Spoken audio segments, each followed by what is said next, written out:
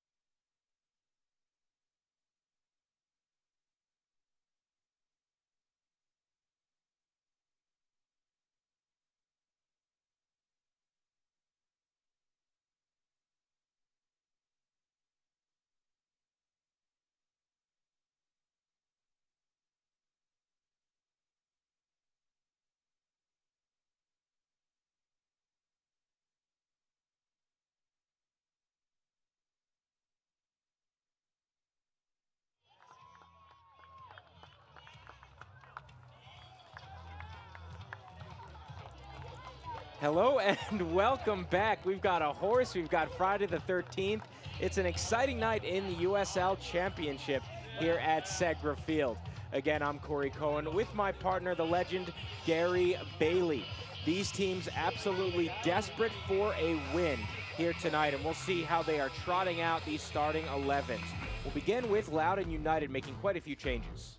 Yeah, a huge number of changes, 5 in total from the team that got thumped in the last match out. In goals, Earl Edwards for Calla Brown, then Verfurth is in, and so too is Martinez. Carl Murphy up front, and the youngster Griffin Yao. Out go Elvis Amo, Shane Veet, Robbie Dembrot, and Orlando Sinclair. They're certainly happy to have Kyle Murphy back. 7 goals and 3 assists on the season. And you mentioned a change at goalkeeper after losing 5-1 a week ago. Now for Memphis, taking a look at their starting 11, they're missing 2 huge players due to yellow card accumulation. Mark Birch and Wesley Sharpie, who've been the 2 most started players on the squad, both out for this game. Yes, so Todd Pratzner comes in that sort of middle centre-back. Ewan Granderson will play as a wing-back, and Elliot Collier comes in for Kunga. So 3 changes, as you say, 2 of them enforced, and we'll see how that all pans out. Granderson pushed a little bit higher there on that particular graphic, but let's see how they all settle down. Of course, Allen up front, and he's a man who scores for fun, and that should be of concern to Ryan Martin as he looks at players they have to stop, because Brandon Allen is certainly one of them. Absolutely. You see Ryan Martin, he took over mid-season, and you see his record. It has been a little bit of a struggle, but of course, a first-year club here in Loudoun County. So a tough job, and of course, you talk about the attack. We mentioned Memphis in the pregame has scored 6 goals in 2 games. Up top, they've got Brandon Allen and Elliot Collier. They've combined for 11 goals on the season, so that'll be a key matchup to watch for. Certainly will be. Lots of matchups, lots to play for. You said it up front.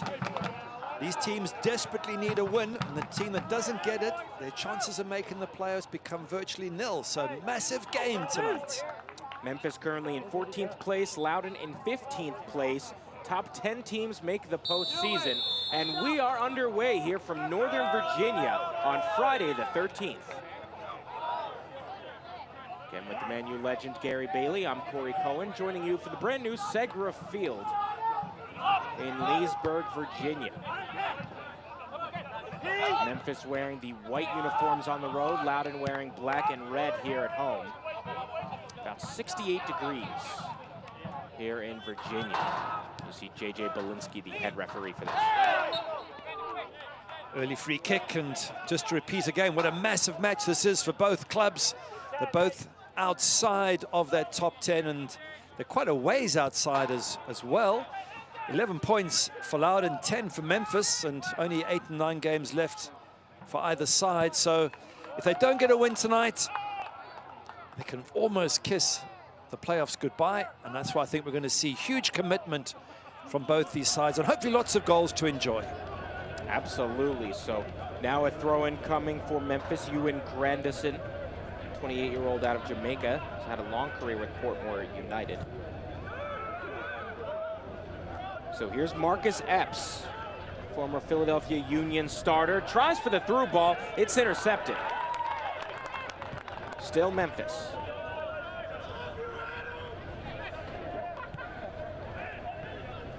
Some nice passing here in the midfield. Sprinting forward, a little knock. Still going.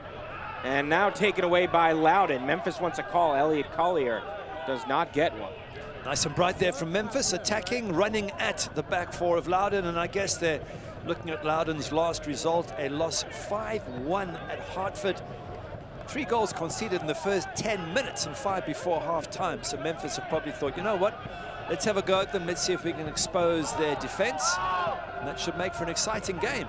So here's Connor Presley, the fullback. Crosses it in, it's cleared. But a throw coming up for Loudoun early here. Connor Presley, I've seen him play a few times. He really is good down that right-hand side for Loudoun. Really covers a lot of ground, gets some good ball in. We'll see if he can do the same here this evening. Take a look at the Ortho Virginia injury report. Loudoun fortunate on that front. Memphis missing a couple players. And of course, the 2 big suspensions. Now in the box, Loudoun, a low cross, it's knocked and a corner coming.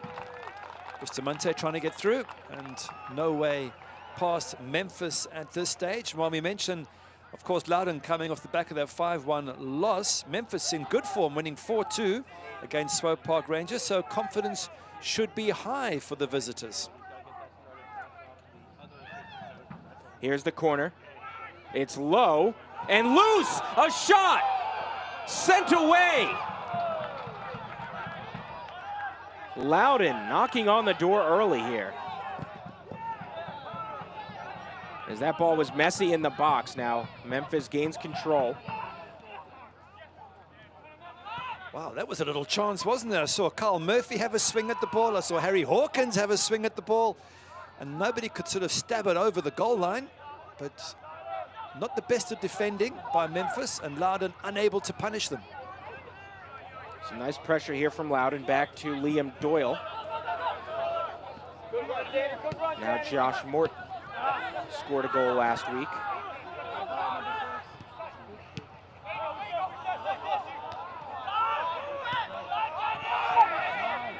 Loudoun in the midfield. It's Carlos Alvarez. Spent last season with Las Vegas. Chance coming on the left flank.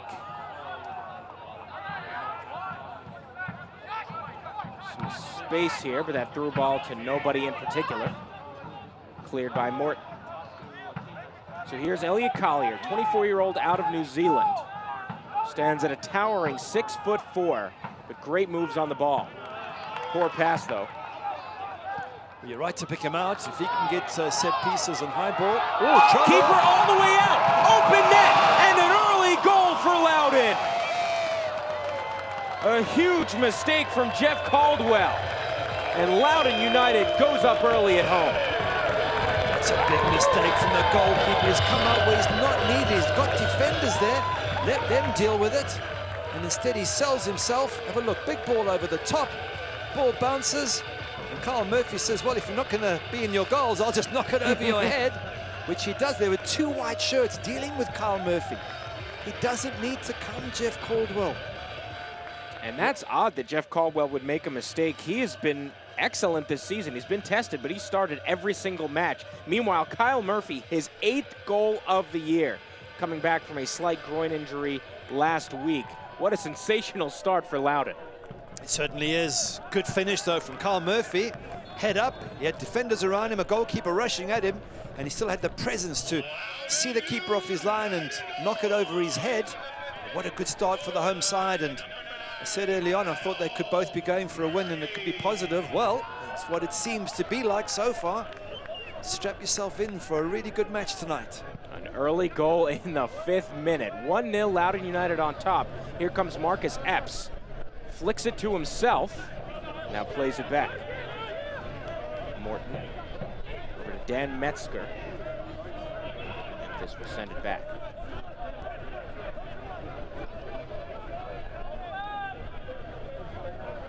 Some nice passing here. Cam Lindley. Taken away by Loudoun. Still dribbling forward, Griffin Yao, the 16-year-old, finally dispossessed. 16 years of age, it's wonderful to see, and credit to Loudoun to give such a young man an opportunity, who, by the way, has already represented DC United twice as a sub. So he's got some incredible talent. I did see him in a match a good 2-3 months ago where he really impressed with his ability. And it's so exciting to see good youngsters coming through, players who maybe one day could be not just MLS material, but US national, men's national team. So Griffin Yao, we wish you all the best and really look forward to seeing him blossom as a top-class player. Absolutely. Sure to be a great career ahead. He's from Northern Virginia, local. Here comes Memphis. Played to Marcus Epps on the left flank. 2 goals on the season. He's taken 25 shots on goal, though. Back now. Doing a nice job in that final third defending. Granderson plays it back. There's Ewan Granderson. Still dribbling. He's going to cross this into the box. Nobody there for Memphis, and it's headed by Connor Presley. Epps chasing it down.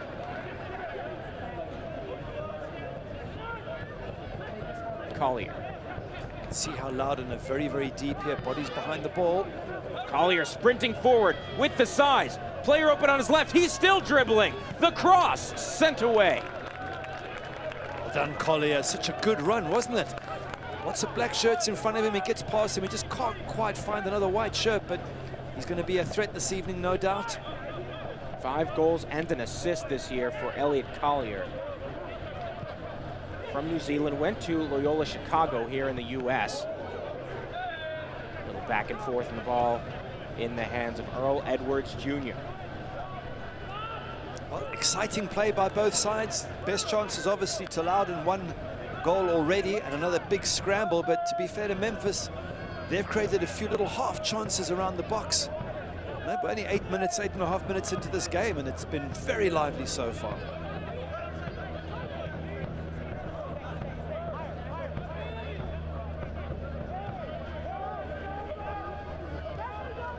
Nice through ball looking for Kyle Murphy. He'll take it. Being marked by Pratzner, and last touch off of Memphis, so a corner kick coming. Murphy went to Clemson in college, ended up making it to the NCAA championship game with Tigers, lost.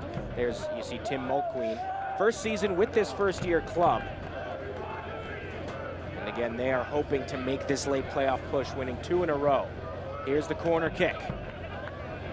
It's loose, Murphy again, sent sky high. Again loose, Memphis has to clear this, they do. Twice that Elliot Collier should have headed the ball, and you mentioned his height at 6 foot whatever, 6'4". 6'4". Could be a keeper. And twice he's missed that header, so poor defending by the big man. Sent back in by Loudoun. Headed away nicely. Here's a chance. Again deflected, this time Presley. You mentioned Tim Mulqueen, but he can't be happy with his Memphis side sitting so far out the playoff places. Good players. Can score goals, especially with Brandon Allen up front and Elliot Collier. They should be so much higher. And unlike Loudoun, they haven't the excuse of being a development side. They have to perform, and this season they really haven't lived up to expectations. Yeah, DC United can, or excuse me, Loudoun United could perhaps have the excuse of, well, some of their players, they come, they go between DC United and Loudoun. But you're right, for Memphis standalone, it is just them. They have to produce on the field.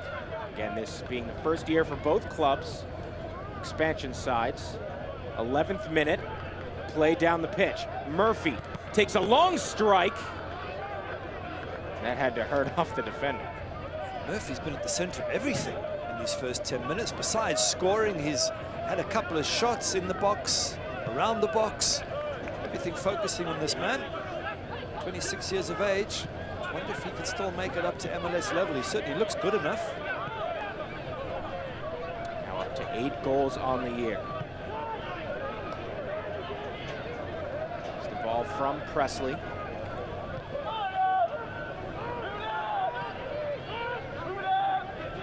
Played all the way back to Earl Edwards Jr. Again, has not started for a couple weeks now. That was Callie Brown. But they have started almost evenly this season.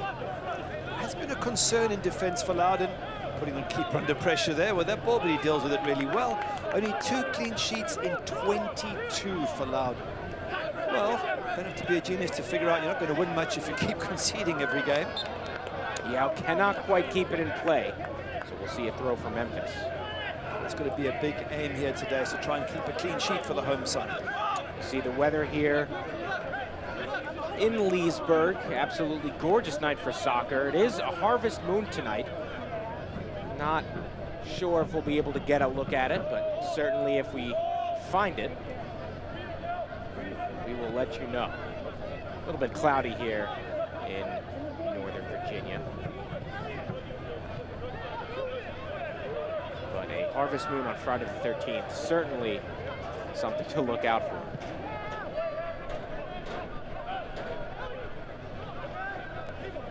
So here's Nelson Martinez, finds Alvarez. Back to Doe. You mentioned Martinez, he's only 18 by the way, another good youngster getting a chance, a 16-year-old and 18-year-old. Then the rest of the Loudoun team, strangely enough, in their sort of mid-20s. A little bit old for a development team, but I guess a number of these players still eyeing a spot at DC United. Nice header from the Memphis back line. There's Metzger. Plays it to Epps.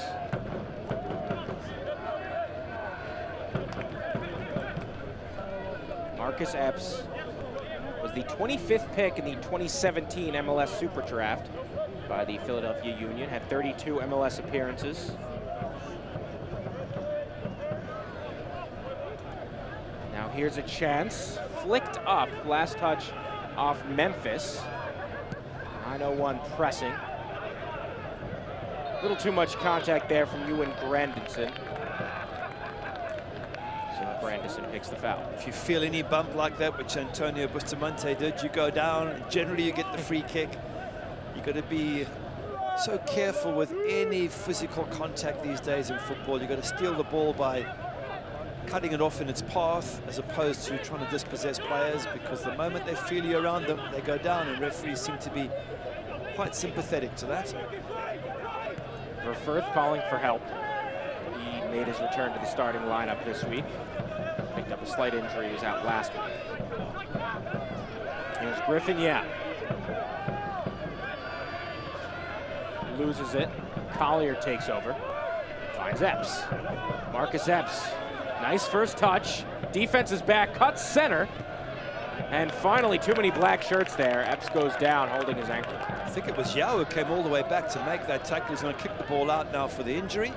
But the young man doing some good tracking back to dispossess. Looks like he just hurt his ankle in the process there. Epps. Trust he's going to be okay. Referee asking, do you want the trainer? And he's saying, no, I just need a couple of seconds just to make sure that the ankle's still attached and all good. And with that, he drags himself up. He was on a good run there, wasn't he? So already beaten 1 or 2 players, and I think he could feel the goal looming, and was just sizing it up for a shot when young Yao just popped in and nicked the ball off his toes. There you see the handshake between Yao and Epps. And Yao perhaps hoping to get to where Epps was back in that MLS level, drafted out of college. He went to USF in Tampa. Ball thrown back, as is custom. They put it out to help Memphis, so they give it back to Loudoun. So here's Alvarez looking for help. Verfurth to Harry Hawkins, 26-year-old out of Cambridge, England. Alvarez. Poor first touch given away to Memphis. Lindley. Memphis hoping to counterattack. Pierre Da Silva. Weighted pass, and it looks like a little too much. It'll be sent back to Edwards. Short boot. Gets the job done, though. Grandison. 17th minute here. And all the way back to Jeff Caldwell. Caldwell with 64 saves on the year. That is 5th place in the East. That might be a decent figure, but there's no question that he was at fault for the goal. And I think he's going to have to hold his hands up at half-time and apologize to the guys and hope they can bail him out by scoring a couple goals and winning the game. As a goalkeeper, if you make a mistake but your team wins, it generally gets overlooked. If you make the mistake that costs your team the match, you'll be reminded for a long, long time. So no question that Jeff Caldwell is hoping that his team can win this game and get him out of trouble. You would know, of course, my partner Gary Bailey, nearly 300 appearances for Manchester United between the sticks. And many mistakes thrown in there, and many days hoping that my teammates would bail me out. So I know what I'm talking about. Many apologies in the locker room. Another weighted pass. Settled just outside of the box. Murphy fighting for it. This will work out. The extra pass. Yao with the patience. Dribbling towards the goal line. A cross and a corner coming up for Loudoun. Once again, Loudoun looking good and sharp around the edge of the box. You have to sort of wonder why they are struggling in the table when they play as well as they're playing here tonight. Maybe that's why there's been managerial changes, and maybe there's also been some injuries to key players. So corner kick to be taken by Gordon Wild, 23-year-old German national. Was with Atlanta United organization as a development player, released in July. Signed here. Scored 4 goals, including 1 last week. He started off with Mainz youth in Germany. It's a very decent background to have. Went to college in the U.S., University of Maryland. Here's the corner from Wild.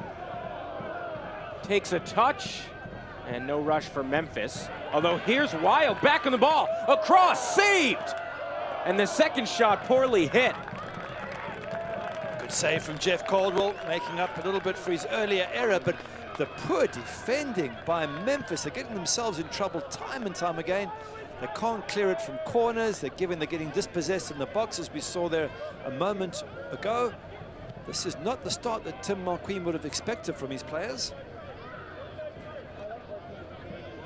Memphis defense struggling. Nice passing from Loudoun United. Running forward is Alvarez, finding Wild. In the box, a shot! Saved! Excellent save from Jeff Caldwell. Bobbled it for just a moment. Rinse and repeat there. Gordon Wild yet again. This is the earlier one. Look at the poor defending. There's no white shirts getting rid of the ball and then trying to dribble out. Are you kidding me? On the edge of your box, you get dispossessed. Keeper has to come up with a save from Gordon Wild, the first of 2 saves that he had to make from Wild. This Memphis defense not doing too much, and you see a nice strike and just caught pretty cleanly. Did bobble it for a moment, but no chance for a second strike. Select is the official ball supplier of the USL Championship and many of the finest leagues in the world. Since 1947, Select has been the leader in soccer ball quality and innovation. For the latest Select products and special offers, please visit selectsportamerica.com. Tim Mulqueen just giving some instructions on the right-hand side of your screen at the bottom, trying to get his players organized. His time is running out for Memphis, a loss today, and you don't think it'd be possible to make these playoffs. And their form hasn't been great, to be fair. They have won the last 2, but before that, they won 2 in the previous 14. That is not form that's going to get you to any playoffs, you would think. Throw in deep in their own territory from Loudoun United. Last touch off Yao, so now Memphis possession. And just given away immediately. Kyle Murphy all the way back. They're going to work to counterattack. Gordon Wild on the left wing. Wild still dribbling. Wild taken down just outside the box by Grandison. No foul call.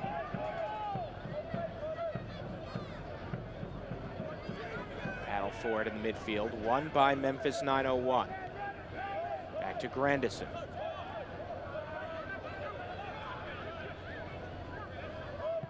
One player we haven't seen much of so far is Brandon Allen. Vital player for Memphis. Good goal scorer, and one in which you think they'd be trying to get the ball to him more often, but they just haven't been allowed to, perhaps. And it's credit to Loudoun. Really have stifled Memphis once Memphis have got into their half.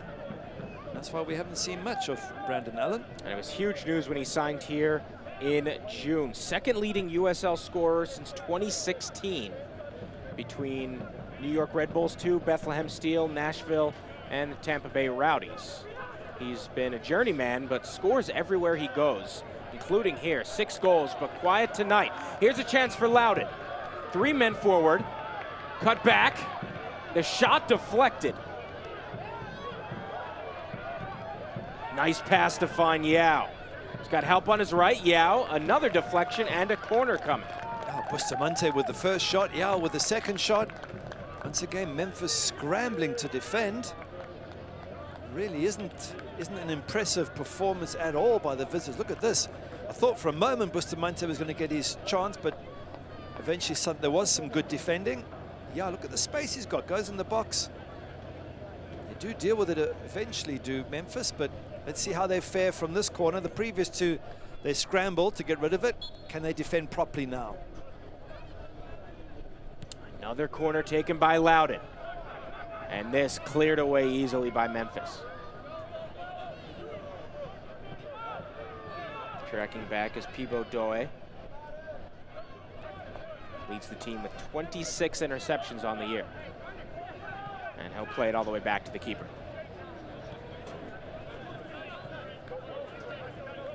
For Firth. Alvarez.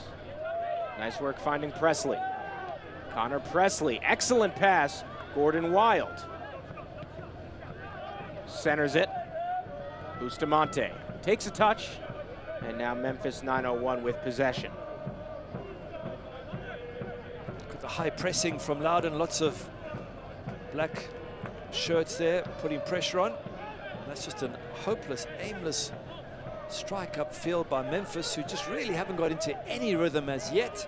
Of course, the match is still young, but if you're a Memphis fan, you've got to be thinking this is not the sort of performance you were hoping for so far.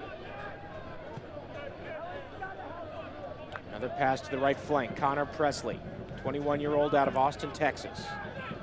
Wild. That's sent up. Murphy got a piece. Now Wild on the edge of the box. Gives it up, a shot way too much from Carlos Alvarez. Alvarez was waiting for it, and it came a little bit too quickly for him. He didn't have time to sort of settle himself, but the idea once again was good. And again, good probing by Loudoun, good effort, and here they are with a high press. Look at them, just making it very difficult for Memphis to play out cleanly from the back.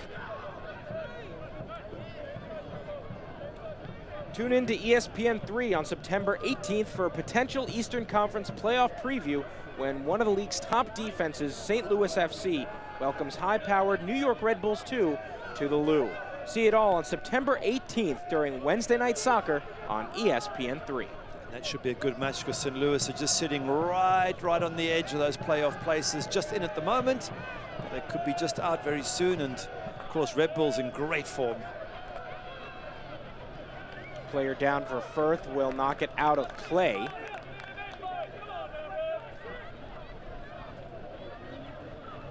Here's Grandison. Metzger. Out to Epps, who switched from the left wing to the right after the first few minutes. 26th minute here from Segra Field. Here's Collier in the box, taken down, not much contact though. Now Doyle.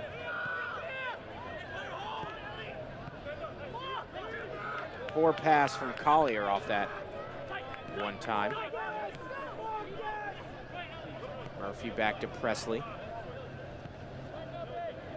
There's Harry Hawkins, leads the team in passes with over 1,000 and clearances with over 100. Taken away by Memphis. Looking for Collier. Offside flag stays down, gets a little bit of a push, and that will be called for a foul. A little bit too obvious, isn't it, the push on Brandon Allen there, and he gets that free kick. It's in a dangerous position. One of those balls where it gets whipped in, almost like a corner, but still a bit closer. Have a look. Brandon Allen there, and it's an unnecessary push from Verfurth. Verfurth, the Virginia guy through and through from Reston, went to Virginia Tech in Blacksburg. Now playing here in Leesburg. There you see the head coach, Ryan Martin. His team with 24 points on the season. If they win this game, they would be in a tie for 12th place in the Eastern Conference. Again, top 10 will make the postseason. Cameron Lindley on the ball. Let's see what he can do in terms of whipping this in for Memphis.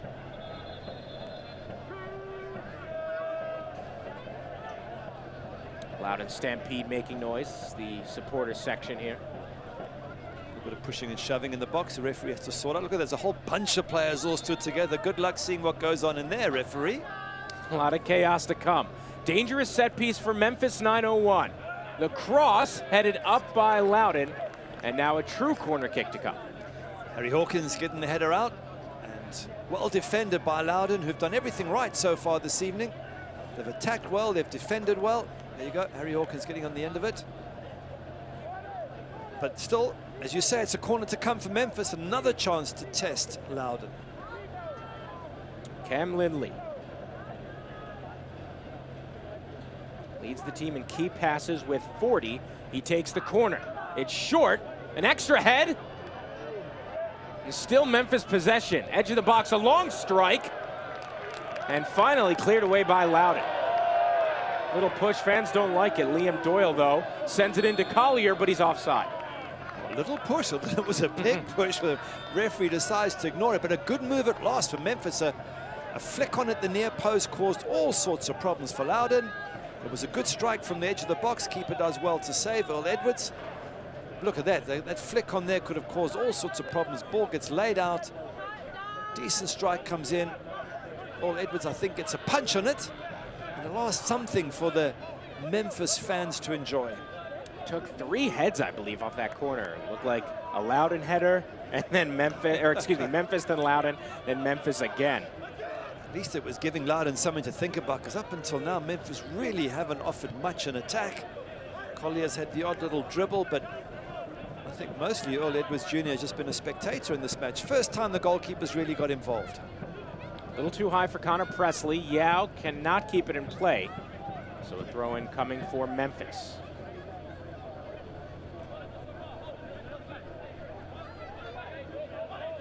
Josh Morton with Tulsa last season. Yao. Nice defense from Cam Lindley, the captain. Some good passing here on the counterattack. Pierre De Silva. Still dribbling, sends it back. Now they'll slow it down.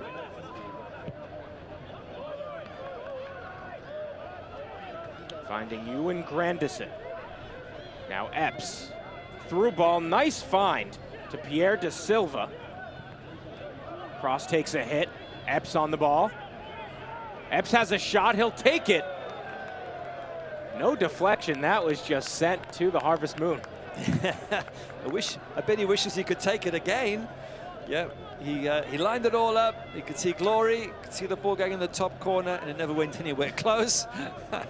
But at least, again, Memphis pushing forward, offering a little bit more. That'll please Tim Mulqueen after what has been a very poor start by them defensively. Nothing in attack either. They're slowly getting themselves back into this match. Half hour gone here from Segra Field. Again with Gary Bailey, I'm Corey Cohen. Joining you on this Friday the 13th. Both teams need a win to stay in this playoff race as the season starts wrapping up. Again, Memphis passing well. Metzger finds De Silva. Through ball. Marcus Epps, plenty of space. Epps chips it into the box, and a little too high for the 6'4" Elliot Collier. It was the right idea, wasn't it? A high ball for Elliot Collier makes sense. Just got to make sure the delivery is a bit more accurate. But again, nice little probe from Memphis. Much improved.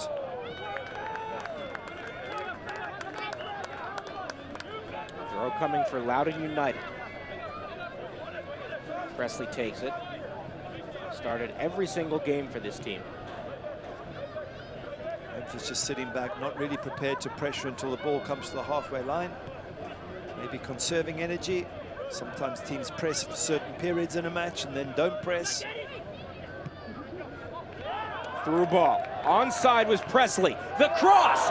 Nobody there! Just in front of Kyle Murphy. He was the one he was aiming for, Kyle Murphy. Great run from Connor Presley. And once again, as we mentioned earlier on, he causes so many problems down that right-hand side. But he just couldn't, he wasn't quite accurate enough there. He's got time, head up. The ball has got to be better than that for Kyle Murphy. Either that or Kyle Murphy slowed down, but I think it's the first one. The ball wasn't quite where Kyle Murphy needed it. Otherwise, it would have been 2-0.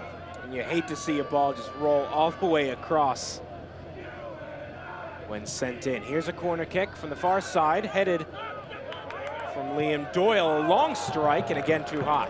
Connor Presley with that effort, not too bad. It was too high, but he caught it really well. For a moment, must have thought there was glory waiting him.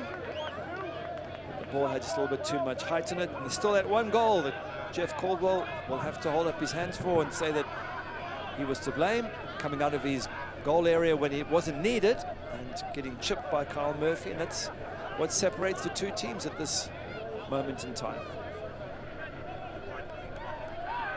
33rd minute, taken by Caldwell.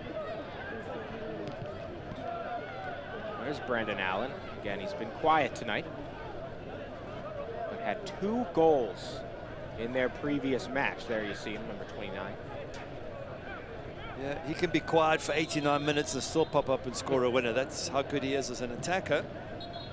We haven't seen him until now, but slowly Memphis getting themselves back in this game and becoming a threat.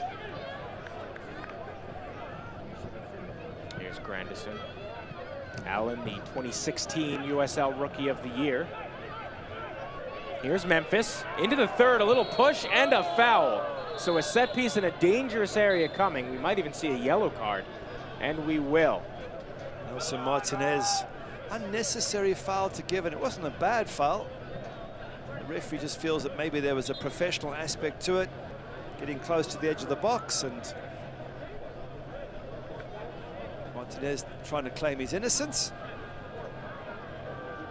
But from now on, he's going to have to be very careful. The old story, when you're on a yellow, you've got to be careful of every tackle from now on. Have a look at it again. Good run from De Silva. A little bit of a push. As soon as De Silva feels that he's going to go down anyway, but there was a push, no question. Yep. Young man must learn that you want to slow players down without giving away a free kick. His manager's fighting on his behalf, saying it's a bit harsh. Nelson Martinez, just 18 years old, from Woodbridge, Virginia. Meanwhile, an excellent opportunity here for Memphis 901. There's enough players lining up to take it, Cameron Lindley being one of them. Which one will eventually take it? Liam Doyle also fancies his chances. Doyle's got the size, standing at 6'4". It's rare you'll see a team with two field players taller than their keeper. Between Collier and Doyle, they're both 6'4". Caldwell is 6'3". Whistle blows. The shot and the save from Earl Edwards Jr. Not the best chance from Cam Lindley. Yeah, he gets it on target, Lindley, but the goalkeeper's got his body comfortably behind the ball. It's not really a difficult one for him. Sometimes keepers go early and leave a gap there, but not in this case. Well done, Earl Edwards.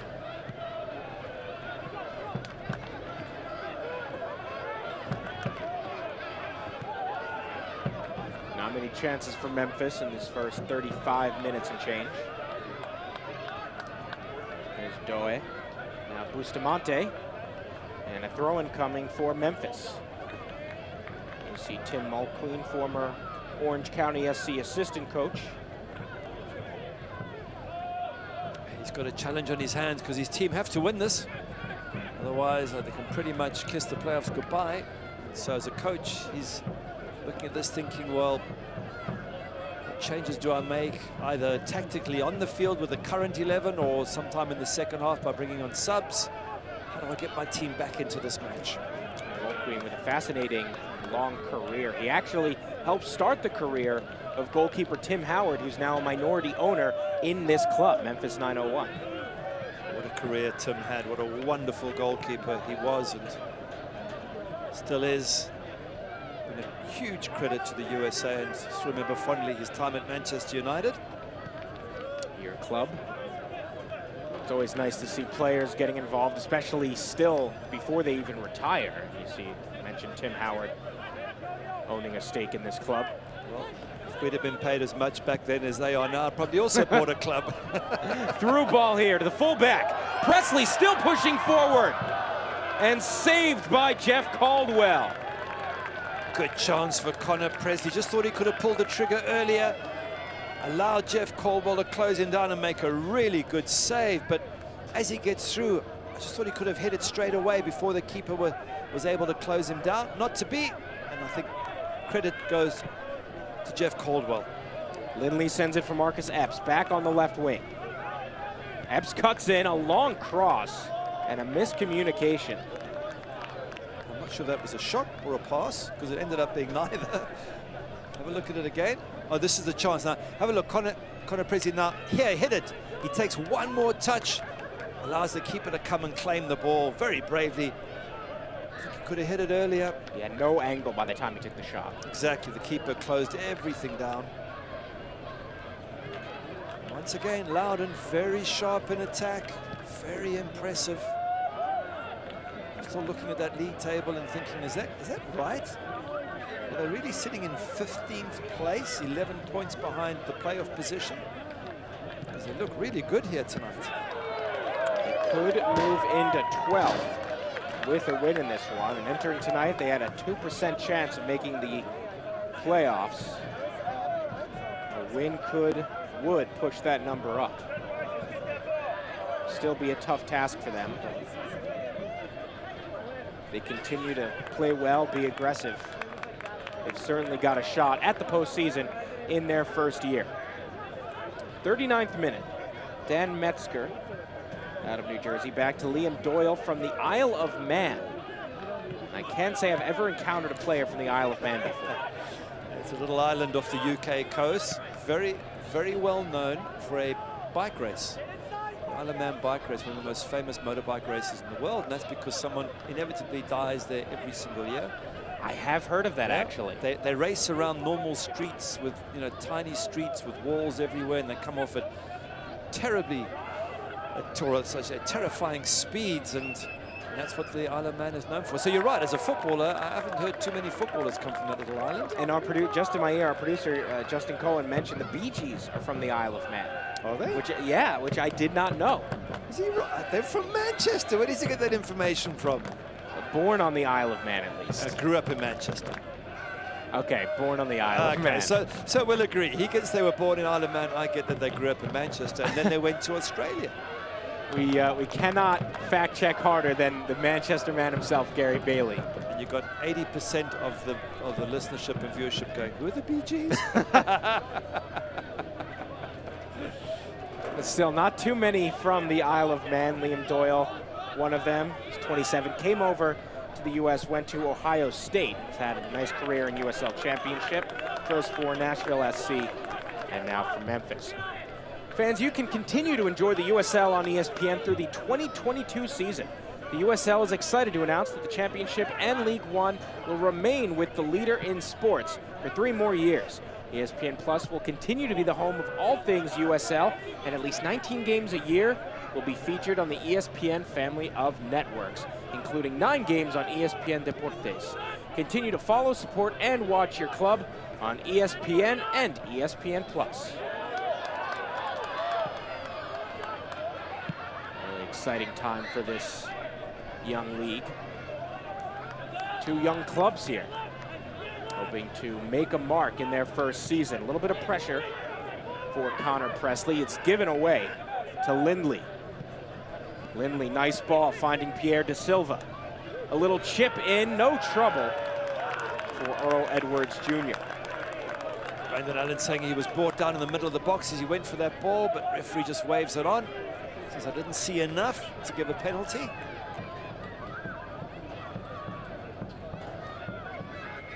Just a few minutes remaining here in the opening half. See if either team can get a goal. For Loudoun, it would put them in a dominating position. For Memphis, it would make this anybody's game. Got to say, Loudoun have really impressed me first half. They deserved this lead and could easily have been more. They've been comfortable on the ball. They've created opportunities and plenty of them, and they haven't given Memphis much in terms of Loudoun's defense. So very good first half. Memphis, room to improve, no question. But second half could be totally different. Nice takeaway, find just behind Marcus Epps, and Connor Presley back on defense, doing some nice work. Defends well, doesn't he? Connor Presley gets up and attacks and creates chances. Such a valuable player for Loudoun and for Ryan Martin. Leads the team in tackles with 49 entering this match. And talking to the captain, Cam Lindley, 22-year-old from Indiana. Went to UNC for college. Leads the team in key passes and pass success rate, 82.2% success on his 1,000+ passes this year. He got a stern talking to from the ref there, so you better not do anything else wrong, Cameron Lindley. Otherwise, he will get a yellow card. It's like sort of a final warning lecture.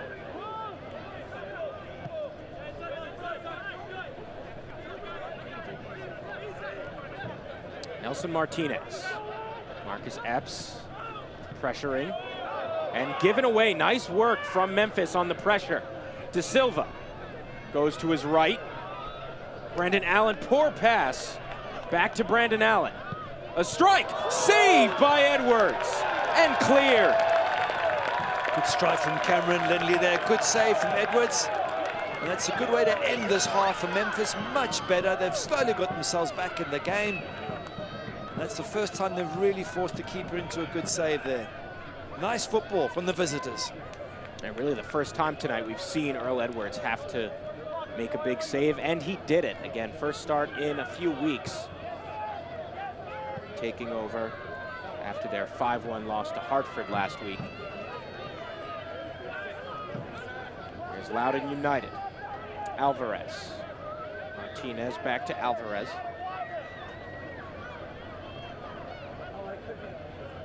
Difficult to think of this Loudoun side as a side that conceded 5 goals before halftime last week at Hartford.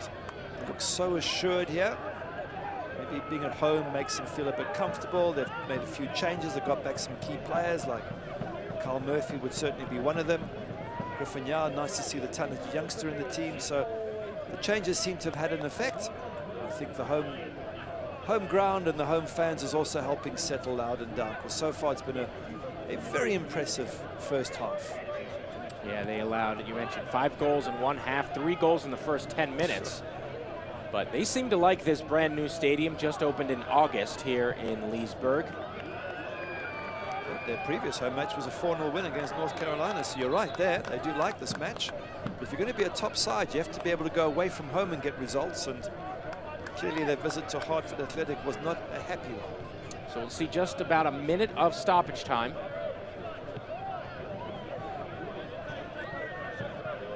Loudoun looks content to just pass this ball around. Ladies and gentlemen, there will be a minimum of 1 minute of North Virginia. Head into the break up 1-0. Throwing for Memphis, we'll see if they have more of a sense of urgency. Epps cuts back. Flicks to himself. A chance for Grandison. Plenty of grass in front of him. Pass to Collier. A little too much for De Silva. Lindley. Morton finds Epps. Nice give and go to Josh Morton, excuse me.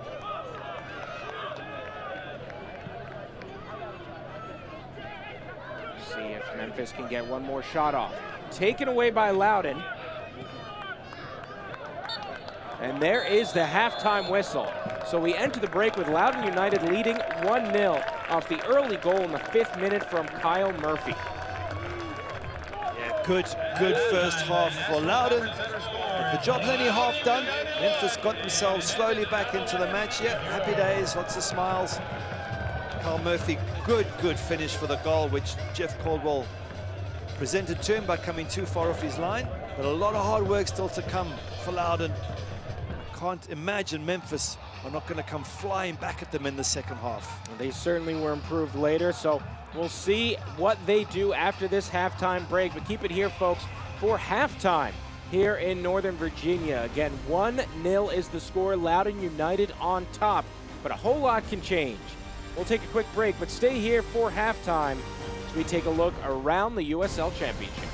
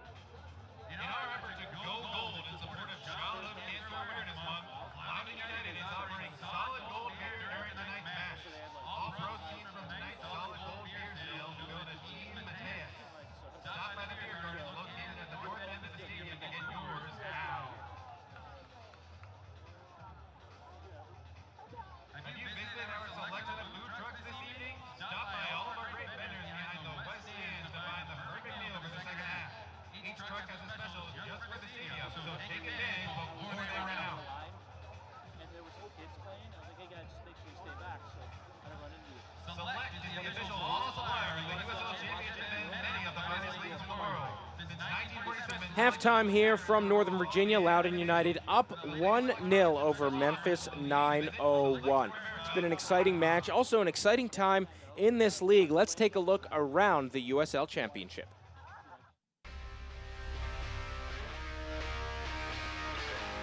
Richards along the right side. You kidding me?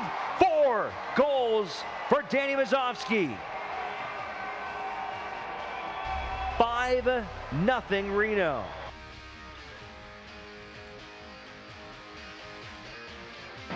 Against Ottawa. The other one being Carl Ouimet, the native of Quebec. Iose!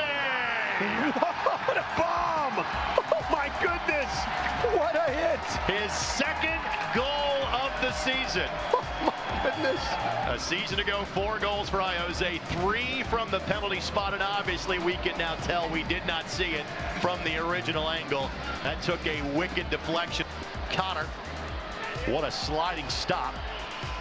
Back to Iose. Iose! Kaboom! A brace for Iose! His first one since May of last season, 2-0 in the 11. 22 in a row at home without a loss. A new franchise record. Just about ready to start here in Kansas City, Kansas on a beautiful summer night. This one's in behind now for Charleston Battery. In on goal, Eric Dick. Sliding stop. Kitaro Higashi must have thought he was going to score there. Curling in from Alexander. It's still alive, Hernandez. Oh, he clattered that one, and it smashes off the near post and out of play. In towards the penalty spot. Still loose for Basua, and Eric Dick sprawls to his right to save that one, and it's the last kick of the game as we end scoreless here.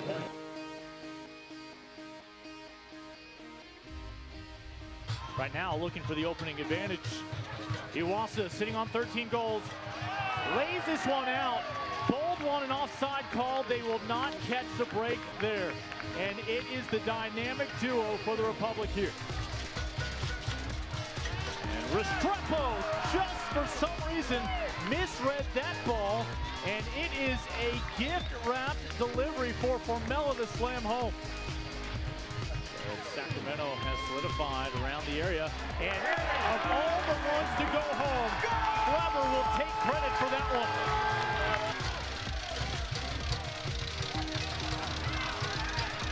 From 18, Baez. And Lima will send it wide. That will do it. The last chance for Austin. Sacramento will sweep the Bold here in 2019 and becomes just the 3rd club ever to leave Austin with 3 points.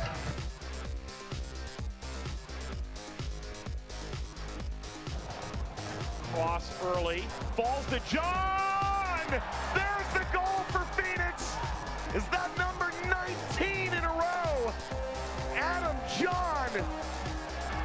Referee looks at his watch, it's 19 in a row for Phoenix! Away to Las Vegas! They've done a job again and keep the streak alive.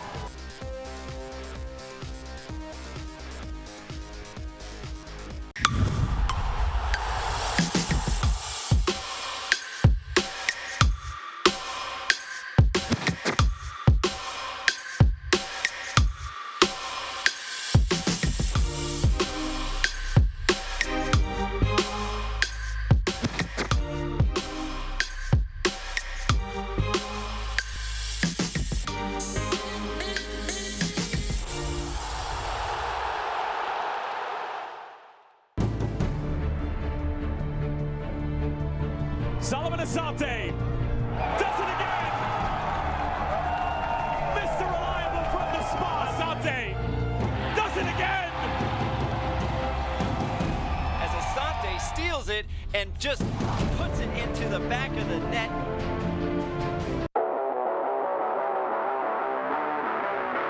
There's Sam DaCosta. The attempt at an amazing goal. Or maybe a goal of the year candidate from Rodrigo DaCosta.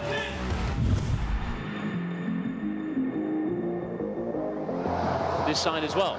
That's a good point. Let's wait and see if they do. As Kamara absolutely flies past Tete for pace. Here's Kamara! And a brilliant save from Cody Mizell. Mohamed Kamara is causing problems. Mikey Rowe now. Rowe takes it on, and it's in! What a strike!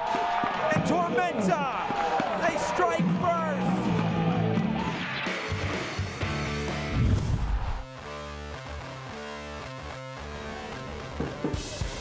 Ontivero. Silva will have a hit! Oh, good save by Mertimadu.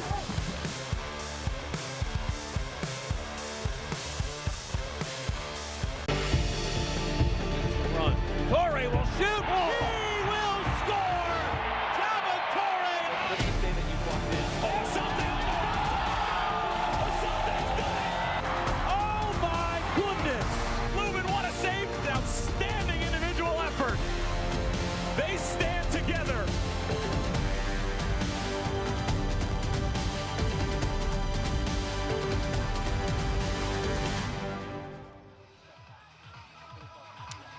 Welcome back, folks. Halftime here in Northern Virginia as we take a look around news and notes around the USL Championship. We have to talk about Phoenix Rising. This has been a remarkable run, 19 straight wins as of Wednesday night. They keep doing it. I don't even think remarkable sums it up. I mean, how do you get to 19 wins? You always think you're going to trip up somewhere, you're going to get caught, and yet every game in which they've struggled, they've managed to pull a goal out with minutes left. Goalkeepers made crucial saves. Solomon Asante's popped up with magical goals. And if they can make it 20 wins in a row, I mean, I don't know. I'm lost for words. There's not enough superlatives to describe it, and yet it doesn't guarantee them anything. They've got to keep it going right into the playoffs and right to the finals. Absolutely. It guarantees them home field advantage, but you're right, that's about it. So it's a great atmosphere out there, but they've got to keep it going.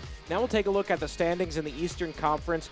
These teams playing tonight, you don't see either of them there. They are just slightly below the 10 to make it into the postseason as of now, but still a whole lot of fighting to happen. You see, of course, at the top between Red Bulls 2 and Indy 11, and then, of course, towards the bottom in the playoff push. Certainly the bottoms are more exciting, isn't it? Because St. Louis only 1 point behind Birmingham. They're a couple of points behind Ottawa Fury. Anything could change. And the teams sitting 11th, 12th, 13th, and even our two teams in 14th and 15th are eyeing that 10th place. The top four have been in great form. You've got to say well done to the likes of New York Red Bulls, Indy, Tampa, Nashville. They've been superb. Absolutely. Now we'll take a look at the power rankings. You see, of course, Phoenix Rising FC. They've been number one for quite a while, and deservedly so. Some movement in the others. You talk about in the East, Indy 11 and New York Red Bulls at 6 and 7, but Birmingham playing well, Tampa Bay playing well. So certainly an exciting time in this league. Yep, Fresno doing really well to stay just behind Phoenix Rising. So lots of big, exciting matches to come as we near the end of the normal season. And take a look at the upcoming schedule on Saturday. A few good matches. Pittsburgh versus Charleston should be excellent. And then a few midweek matches. You see Nashville, Birmingham. That should be an exciting one. You see Loudoun's next contest. And then Wednesday night soccer, St. Louis FC versus Red Bulls 2. Now taking a look around the league, you see the midweek matches from Wednesday. And then two matches currently going on. Red Bulls 2 up on Charlotte. And a nice match between Birmingham and St. Louis. Yeah, St. Louis in that 10th position. They're battling it out with Birmingham just above them, all fighting for points and to make sure they end up in the playoffs come the end of the normal season. Halftime here, the National Conference Center, home of Loudoun United FC, is a corporate training facility in Leesburg, Virginia. It hosts over 14,000 individuals per month and comprises 265,000 square feet of meeting space. The National contains 250 conference rooms, an athletic facility, commissary, and 917 guest rooms. Again, halftime brought to you by the National Conference Center. We'll be right back with highlight stats and all the action from the second half right here in Leesburg.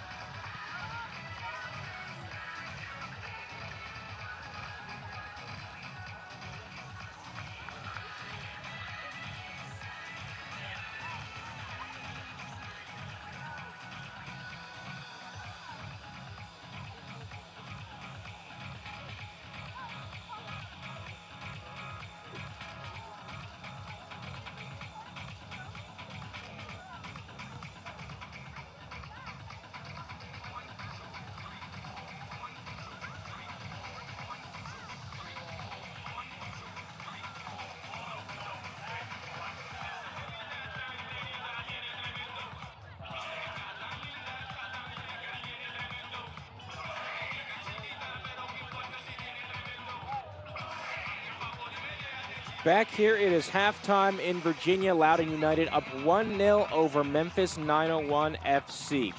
Let's take a look at the highlights from the first half, how we got here, and it started early for Loudoun.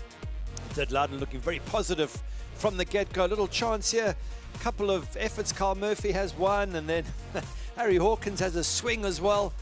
And just sort of set the tone early on. Loudoun looking for that breakthrough. Memphis struggling to defend. I think this is the goal coming up. Long ball gets played through to Carl Murphy. Goalkeeper comes off his line, doesn't need to be there. There's two white shirts dealing with it. Jeff Caldwell offers up a free net. And Carl Murphy says, thank you, I'll take it, and puts his team one up. And you see Josh Morton put his arms in the air. Like, why? Why did you come out to go for that ball? Elliot Collier with a good little run here. Dribble, gets inside the box. At the very end, he just can't find another white shirt, but it was a useful run. I haven't seen too much from that sort of run from Memphis. Yeah, Memphis certainly quiet in the early parts of the first half, but then they started to pick things up. Yeah, Brandon Allen just trying to get the ball to Collier there, and he just lays it back. Decent strike coming through from Cameron Lindley, and Earl Edwards makes the save. Goalkeeper didn't have too much to do in the first half, Earl Edwards, but one or two vital saves, straightforward saves, and that was one of them. The best chance of the night for Memphis 901. So, second half about to begin here from Segra Field. Beautiful night for some soccer on this Friday the 13th. And J.J. Belinsky blows the whistle, and we are underway in the second half between Loudoun and Memphis. The first thing I'll be looking for is to see if Memphis can increase the energy. They struggled first half, sort of started to get themselves back into a rhythm shortly before half-time. And bearing in mind that this match is a must-win for both sides, if they're to keep any hope of a playoff place alive, then I expect Memphis to really start coming at Loudoun and trying to get themselves back on level terms. Again, with the Man U legend Gary Bailey, I'm Corey Cohen. Thrilled to be joining you for this match on ESPN+. Memphis wearing the white uniforms, now heading from the left side of your screen to the right. Loudoun wearing black and red to match their DC United affiliates. Nice work here on the far side. Connor Presley still going forward. Presley finally taken down, no whistle for a foul. Good run from Presley once again, such a threat down that right-hand side, but he's left a gap though, hasn't he? Which they might exploit. Wide open in this full-back area. Now he's back on defense. Marcus Epps, 2 goals, 4 assists on the year. De Silva into the box with Allen. A little bit of a shirt tugging from Allen, and so go the other way. I think he might have been offside as well as that ball was played through Allen, but at least he's looking to be positive. He's looking to try and be a threat to Loudoun, which he wasn't first half. The man who scored a decent number of goals, 5 goals this season in just 13 appearances. Didn't offer too much first half, did he? Allen, the former USL final, back when it was the USL final, MVP with New York Red Bulls too. USL Rookie of the Year in 2016. Still a bright future for him at 25 years old. So Mac Herman finalist at Georgetown.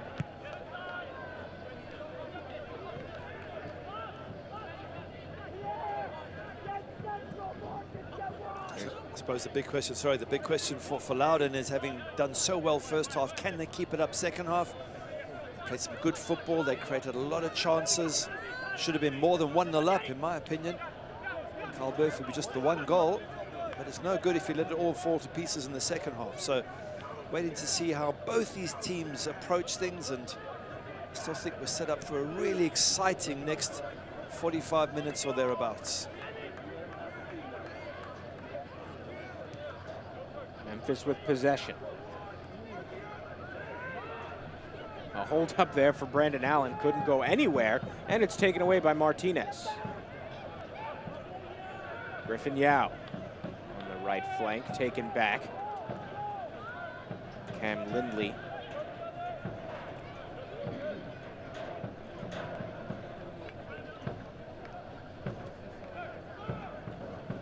Elliott Collier all the way back, dribbling forward, a slide tackle, and the ref is playing advantage. Had his mouth on his whistle. In the box, Epps, strike into the stands. Good chance there for Memphis and for Ebbs. Just thought he could have maybe hit target. That's what you need. Marcus Ebbs doing so well to get in the box here. Just got to make the goalkeeper work, and he's skied it over the crossbar. But much better from Memphis, 901. That should be a warning sign to Loudoun that they're going to have to work really hard to keep their lead. Here's some energy from Bustamante, dispossessed by Grandison. Pierre De Silva out of Portchester, New York. Joined this club in August. Had his first goal with the team a week ago.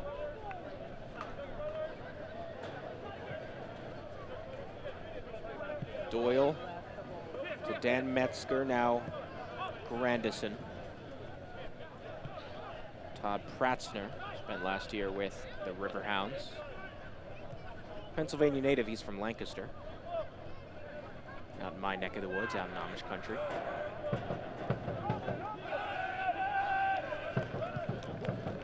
Doyle, long pass. And a lot of contact there. That's got to be a yellow, especially when you consider the size that Elliott Collier has. Maybe that's what's going to get him out of trouble, is that he is that much taller that he was trying to go for the ball. I think the referee is just saying to him, you're a big guy, be careful. All over Douay there. But I don't think the referee sees it as intentional, harmful. It's just that he's so much bigger that he was like hurdling. Yeah, the leg was the concern, the high leg.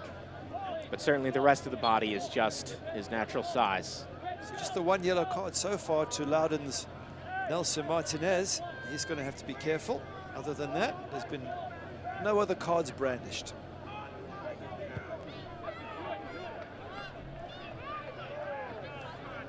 Possession about even, just a tad more than 50% for Loudoun United. You're going to see Ryan Martin took over mid-season. This team's got 24 points. Memphis has 25, as we see a foul. And that might get a yellow card. Referee having a word with De Silva. I think he's got the card in his hand ready. Wanted to stop escalation as Pibo Doe and Pierre De Silva were having some words. Yellow card issued to Pierre De Silva. First of the game against Memphis. Just was unnecessarily aggressive. You don't have to. Ladies and gentlemen, a yellow card has been issued. Look here, big shoulder in the back. Why? What are you doing? It doesn't help you. It's out wide. He's not a threat. And that, it wasn't just his natural run. It wasn't just running forward. He went for it with the elbow. Exactly. Well, you know, if you're going to take a yellow, do it on a time when it's important to do it and it saves your team a goal or something. But it means that he's walking on eggshells, Pierre De Silva, along with Nelson Martinez. Murphy took a hit. He's back on his feet. Foot race for it. Won by Memphis. Nice work from Josh Morton. Marcus Epps. And Allen being dragged down on his feet, still holding on to possession. Finally taken away by Griffin Yao. And Yao will just send it back to his back line. And some pushing and shoving on the far sideline. This could get ugly. Now between Yao and Dan Metzger. Referee's trying to separate everybody. Everybody's dived in there and they're all having the little say and the little push and the shove, and eventually they step away. And good luck referee sorting all this out. Young man Griffin Yao involved. Yao at 16 years old, 10 years Metzger's junior. That was just a little bit of contact on the play and then a shove. I just wonder if Tim Mulqueen hasn't said to his players, you really want to make the playoffs, you better get stuck in, you better get physical, you better show me your desire and intent, and obviously it's coming out. And we're going to see yellow to both. Yes. I think Metzger at first, he wasn't so happy until he heard that it would be a double yellow, and then he was, okay, as long as it's even. That's the intention that maybe Memphis have come out with second half, is to get stuck in and see if they can get at some of the younger players for Loudoun. You don't get younger than Griffin Yao at 16. Yeah, and you can tell his youth, but with that youth also brings the energy we've seen on the right wing. It's always good development to have these moments. It'll teach Griffin Yao when to respond, when not to respond, how to be brave, and of course what you do from here on inwards, which is don't get more involved. Metzger winding him up, upsetting him. Griffin's got to learn just to walk away from it, don't get involved, don't get the second yellow, because that's part of the game of soccer, is to wind up your opponents, and if they fall for it, get them sent off. Metzger himself will have to be careful he doesn't get sent off. So it's getting more and more tactical and more pressurized. Across, into the box, header, off frame. Brandon Allen screaming in frustration. His best opportunity of the match. And a good opportunity as well, especially for a player as good as Allen is, that really has to be on target, at least force the keeper into a save. He sort of flicked it around the post. He's angry with himself because he could have headed back the way it came. Instead he goes for the flick, doesn't even hit target, doesn't work Earl Edwards Jr. at all. Ladies and gentlemen, 2 yellow cards were issued in the 54th minute. 1 to Memphis 901. So a poor kick there off the goal kick. 1 to Loudoun United, number 15, Griffin Yao. From Earl Edwards Jr.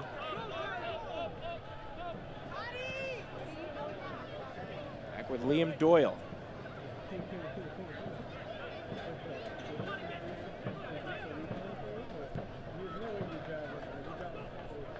Doyle, previously mentioned from the Isle of Man,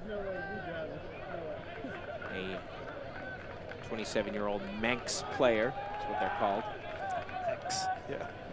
And again, for many people, not too much familiarity with those from the Isle of Man. Well, most people probably wouldn't know that there are islands around the UK. Often hear about these islands, but Guernsey and other similar islands are down south. They used to belong to the French, the British took them back. Isle of Man is more in the middle of the UK. But when you think you can put the whole of the UK and its islands and probably in the state of Florida, no wonder it's not important to folk in the USA. Cam Lindley in the attacking third. Sends it back to Metzger. Lindley. Some nice passing, finding De Silva. Good pressure from Loudoun.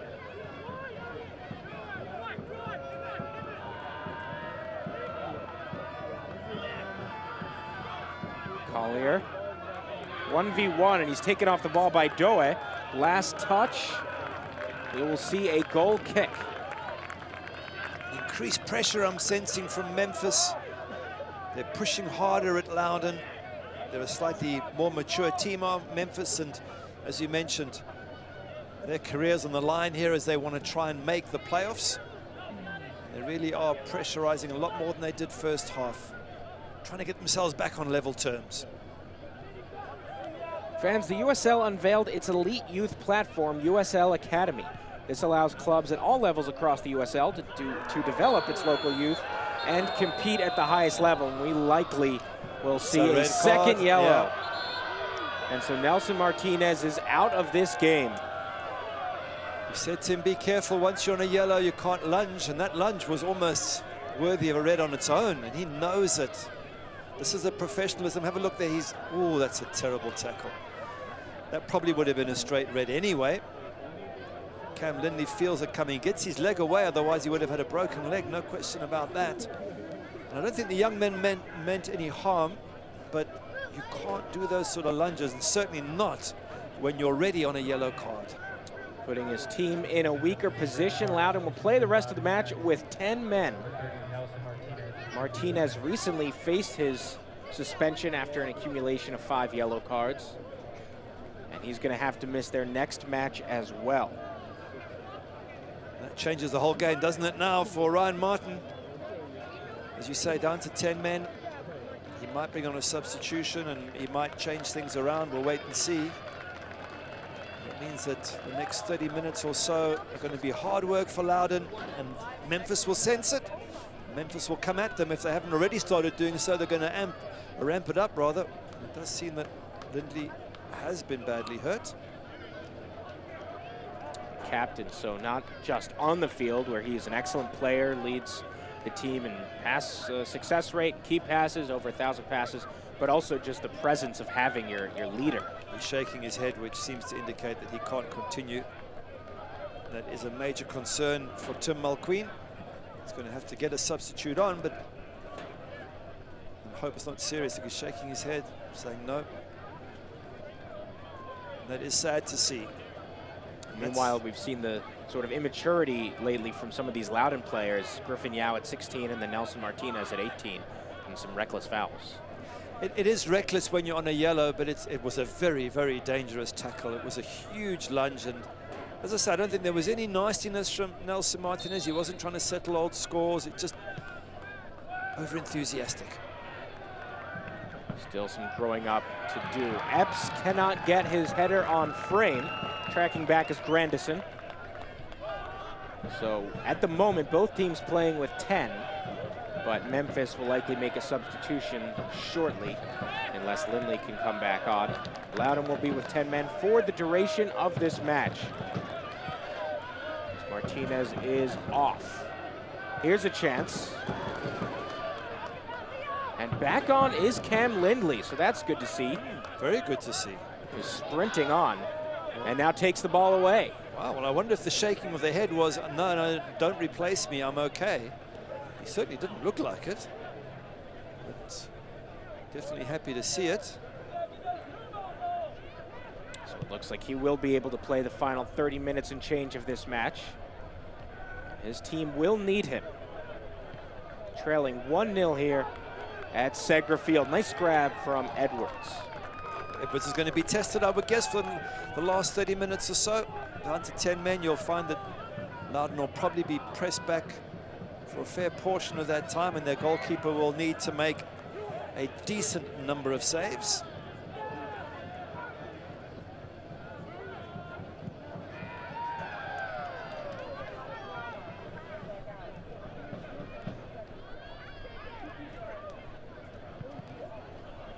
Back and forth in the midfield. A chance, a long strike, and again, just way too much power tonight. You've got to keep those shots on target, at least make the goalkeeper work. And it looks like Loudoun are taking off Douay. Bringing on Green. Just wondering why that is, why you'd bring off a defender who doesn't seem to be injured. Green, a remarkably young player, a prospect in this DC United organization, just 16 years old. You're down to 10 men, you bring on a 16-year-old for a 27-year-old defender. We will see exactly what Ryan Martin has in mind. This is Green's 6th game this season. From Crofton, Maryland, member of the DC United Academy.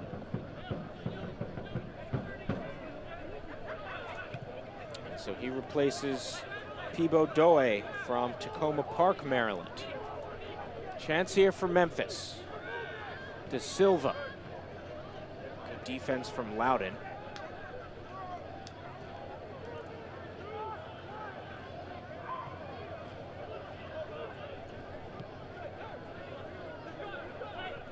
See the youngster Jacob Green. So two 16-year-olds on the pitch for DC United, or excuse me, for Loudoun United. Well, they hope to get them to DC United at some stage. Nice through pass if it can stay in play. The cross and the goal for Memphis. Excellent cross from Elliot Collier, setting up the goal. It's an injury. Brandon Allen is down. I was wondering if this is an own goal. Elliot Collier doing so well to get the ball in. I wonder if Brandon Allen got hurt in trying to get that ball over the line. But the big man from New Zealand does brilliant down the right-hand side. Lovely ball in. Gets it back. And I think it comes off, yeah, it comes off the defender, Harry Hawkins. Let's have a look. Ball in. Yeah, Hawkins grabs his head straight away. I'm not quite sure where Brandon Allen got hurt and all of that. But we said the pressure would come immediately, and it has, and Memphis are back on level terms, and they'll be looking for a winner. They need the 3 points desperately, and I can see the white shirts pushing even harder to try and get the lead. So equal here at 1 goal apiece as we approach the latter part of the USL Championship season. Griffin Yao dispossessed on the edge of the box by Cam Lindley. If a team gets a win here, they can stay in the playoff race. A loss and even perhaps a draw means that it will be close to impossible to qualify for the postseason.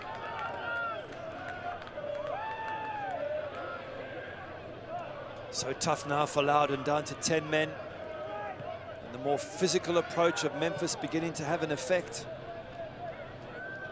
It's a real test for the youngsters, and that's, I guess, is what the coaching staff are looking at. Ryan Martin, they want the youngsters to be tested. As we see another sub, Loudoun coming on. So one 16-year-old comes on, another comes off, as Griffin Yao will take a seat on the bench in favor of more veteran player Andrew Loudoun, 27-year-old out of Erie, Pennsylvania. Loudoun's a good player, and they're going to need him at the moment to try and get them through these last 25 minutes with just 10 men.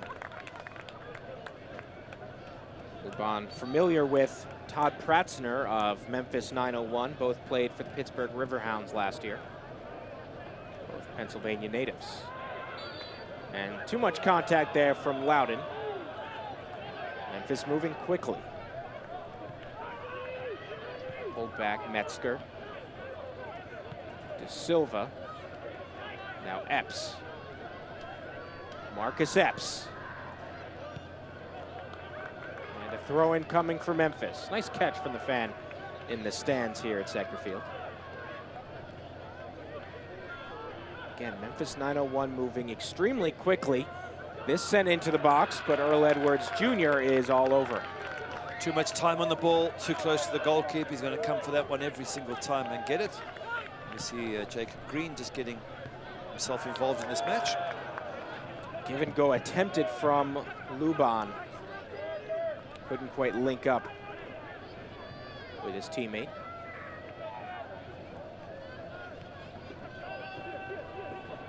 You can see Loudoun just getting all the bodies behind the ball. Even Kyle Murphy now coming right back behind the ball. They're going to deny Memphis space and just see if they can defend their way to the end of this game. Totally different to the first 20 minutes. When Loudoun were attacking and creating so many good opportunities.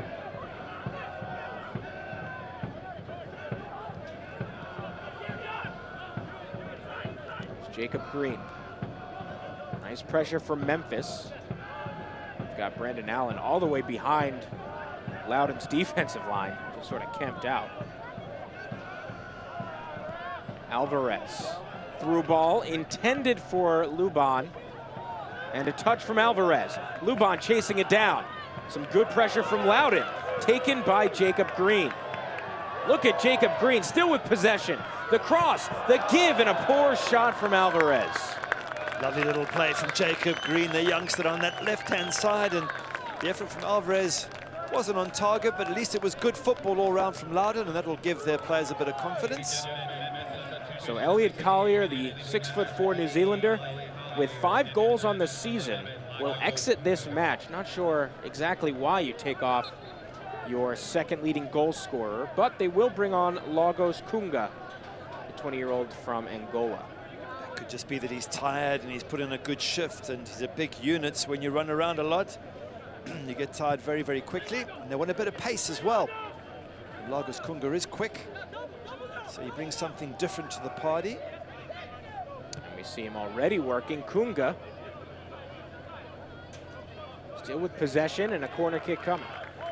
Should be noted that both players that scored in the 1-1 draw these teams played back in March have now gone off the pitch. Griffin Yao scored for Loudoun, and Elliot Collier scored for Memphis.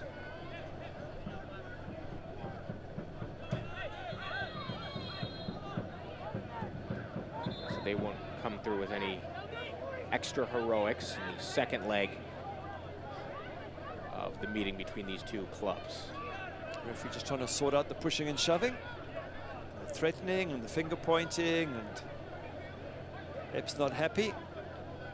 I think Harry Hawkins just trying to wind him up with a couple of little shoves. Let's get into that nitty-gritty part of the game.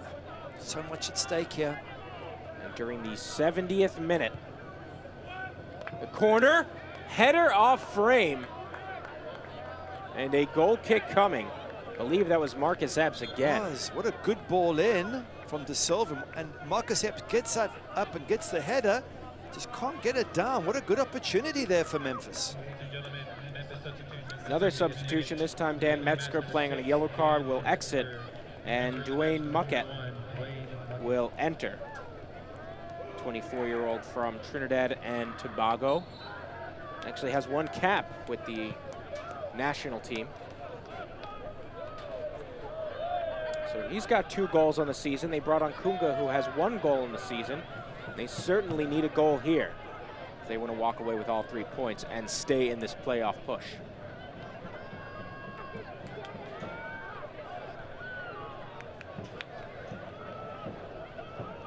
Antonio Bustamante, a homegrown player from Fairfax. Been a little bit quiet tonight. Excellent player this season. Has spent some time away with the team. Played for DC United in their US Open Cup run. Back to Doyle.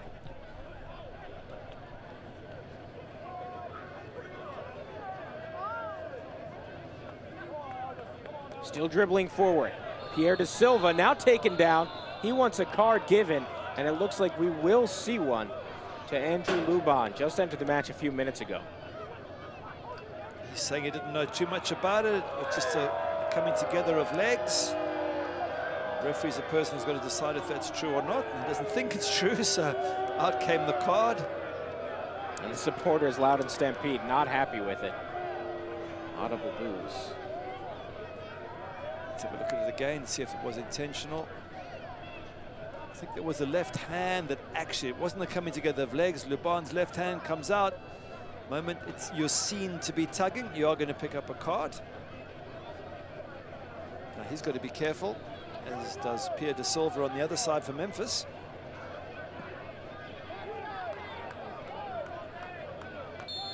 Set piece taken here for Memphis 901. Nice cross. The header. And now cleared. Nice floating header from Doyle, but couldn't find a teammate. He was allowed that header far too easily, Doyle. In the box, Loudoun didn't really challenge him enough. He wins the header, and they'll have to be careful of that, Loudoun. You can't allow free headers in the box from set pieces. He's kicking the ball out. There must be an injury. Yep, there is in the middle of the park there. And Ewan Granderson doing the honourable thing, giving the opposition a chance to deal with the injury, and captain's armbands come off, which means substitution's going to happen. So Kyle Murphy, who scored tonight, the lone goal for Loudoun, his 8th goal of the season, will exit this match. And Elvis Amo, the 27-year-old from Accra, Ghana, will enter. Speaking with Ryan Martin earlier this week, he talked about Elvis being more of a 9, a central forward, but because of Kyle Murphy, a lot of times they have to play him as a winger, and he's done that, and he's done it well, but certainly they're going to enjoy having Elvis Amo in his natural position. Kyle Murphy with the goal for his side, and certainly in the early part of the game was a real threat and played extremely well.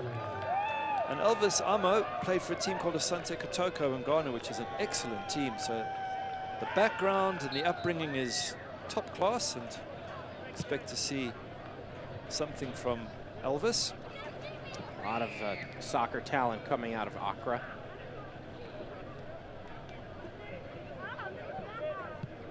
Nice long boot from bald Liam Doyle. Looking for Kunga. We will see a throw in for Memphis in the attacking third. 1 hour mark of the match was brought to you by 1 Hour Heating and Air Conditioning. Grandison plays all the way back to Doyle. Muckett. Now Pratzner. Neither team playing with too much of a sense of urgency. Chance though for Grandison. A poor cut. Barely keeps it in play. And they'll have to reset. Muckett to Lindley. Nice interception. Muckett, nice find.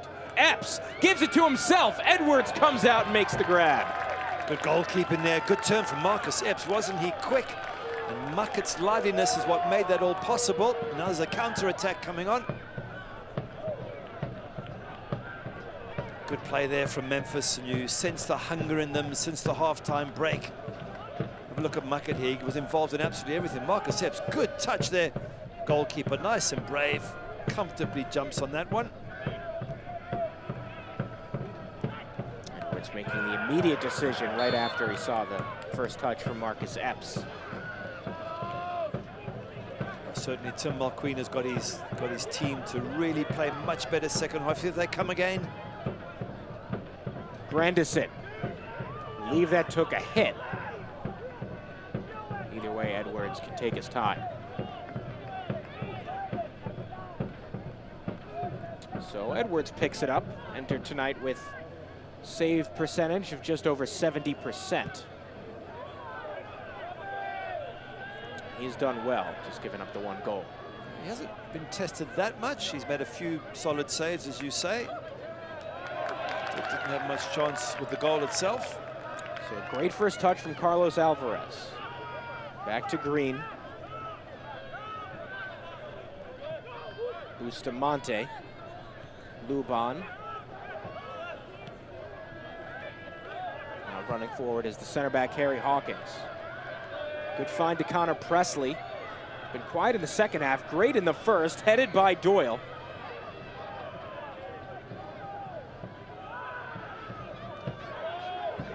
And still Loudoun. Good little spell this for the home side, just controlling the ball, probing around the edge of the Memphis box. That's what you want to see if you're a hometown fan. See your team, even with 10 men, still looking to try and win the game. Memphis has dominated possession in the second half.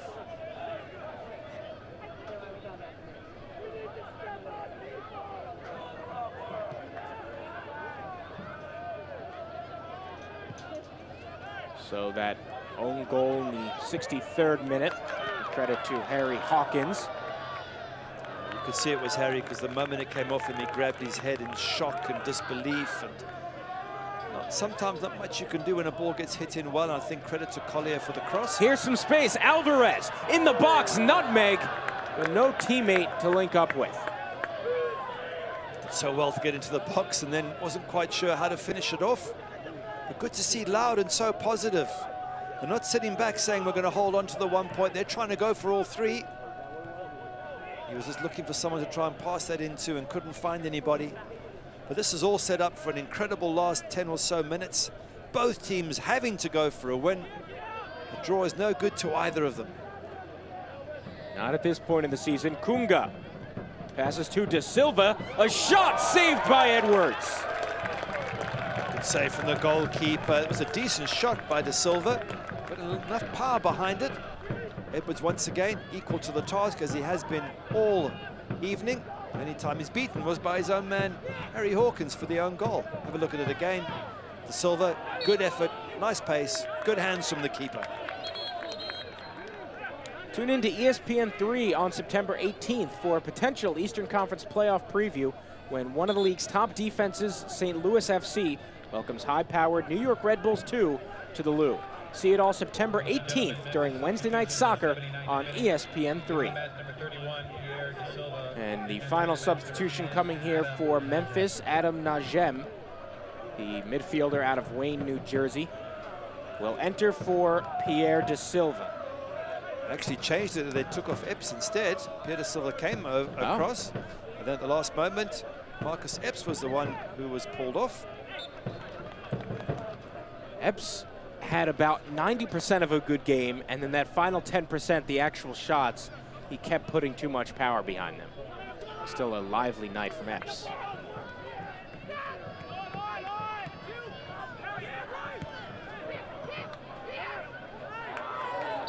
So Pierre De Silva still in the game, and a foul called against Loudoun as De Silva hits the deck. Talking to Pierre De Silva, he's on a yellow card, which is why I thought it would have been a sensible substitution to get him off. If he does anything wrong now, of course, he's shown a second yellow and he's off.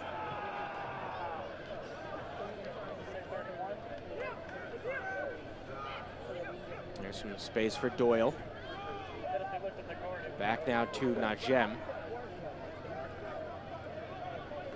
Najem, with Afghan heritage, was called up to the Afghanistan national team last year. He's got 3 caps for them.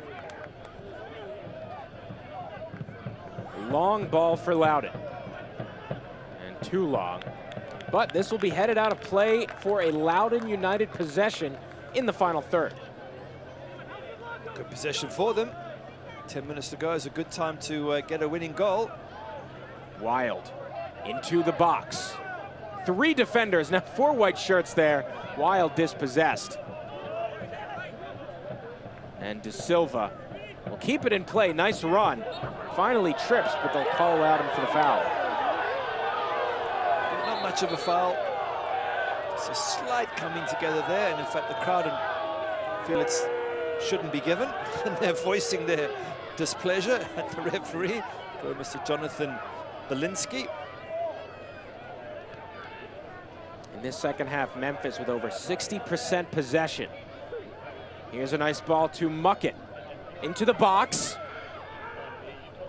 Kunga, patient. Across, and a goal for Memphis! 81st minute. Could be the game winner. Yeah, that pressure's been building, hasn't it, all the time? They've been getting stronger and stronger, Memphis. They've got the extra player, and they've made it pay. Kunga with a fantastic pass. Tap in from a yard out, I think by Brandon Allen there. And they've turned it around, Memphis, in the second half. There's Kunga, gets wide, crosses it. Yep, Brandon Allen's there, and he's pumped up. What did we say first half? You might not see much of him, but he's always got that danger in him, that chance of scoring a winner. And with less than 10 minutes left, poor 10-man Loudoun really do have an uphill battle now. Well, you actually credited him a little bit short. You said he could be quiet for 89 minutes and come through in the 90th.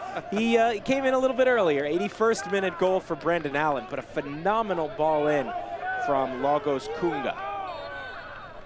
Really has been a good second half from Memphis. I think if we dig deep, we'll find that Tim Mulqueen had a few harsh words for them at halftime. They came out, they were more physical.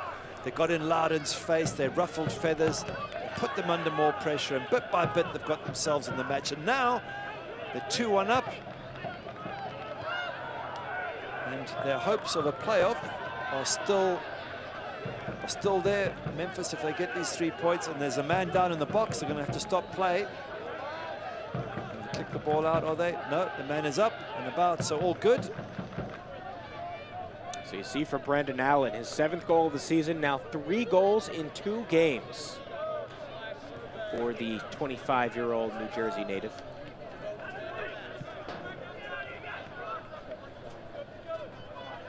And in that case, right place at the right time. An excellent ball in from Kunga, and the defense just allowed it to roll right through, right up against the goal line.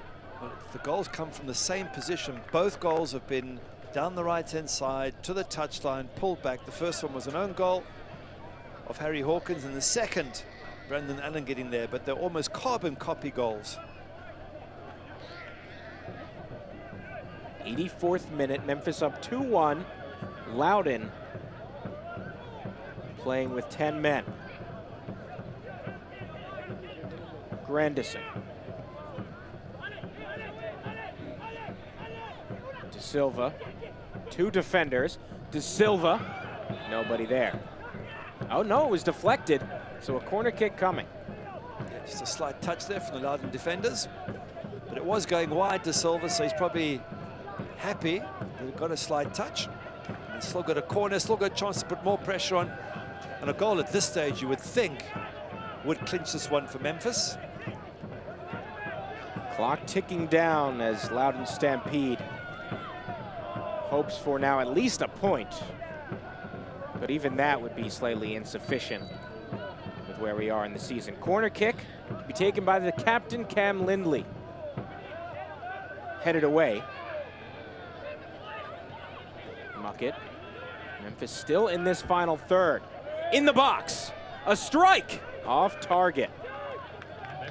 Fans, you can continue to enjoy the USL on ESPN through the 2022 season. The USL is excited to announce that the championship and League One will remain with the leader in sports for 3 more years. ESPN Plus will continue to be the home of all things USL, and at least 19 games a year will be featured on the ESPN family of networks, including 9 games on ESPN Deportes. Continue to follow, support, and watch your club on ESPN and ESPN Plus. Now this is a big test for Loudoun and their young players. Can they get themselves back in the match? Can they have the sort of energy with only 10 men to put Memphis under pressure, or Memphis going to be able to play through and catch them on the counter? Here's a chance for Loudoun. Little flick back. Bustamante couldn't get it. Wanted a foul. No call. So 5 minutes plus stoppage time to play. Again with Gary Bailey, I'm Corey Cohen. Exciting final few minutes here with Memphis taking a late lead after being down for much of this contest. Now we'll see how Memphis 901 decides to play this. This is where professionalism comes in, working the clock down, not taking any chances. Goalkeeper knocks it long. Just try and do anything you can just to slow Loudoun down. Of course, if you're Loudoun, you're doing the opposite. You want to speed the game up. You want to get in their half and get balls into their box and get that equalizer.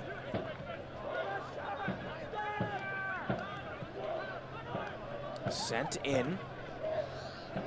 But no real trouble for Jeff Caldwell.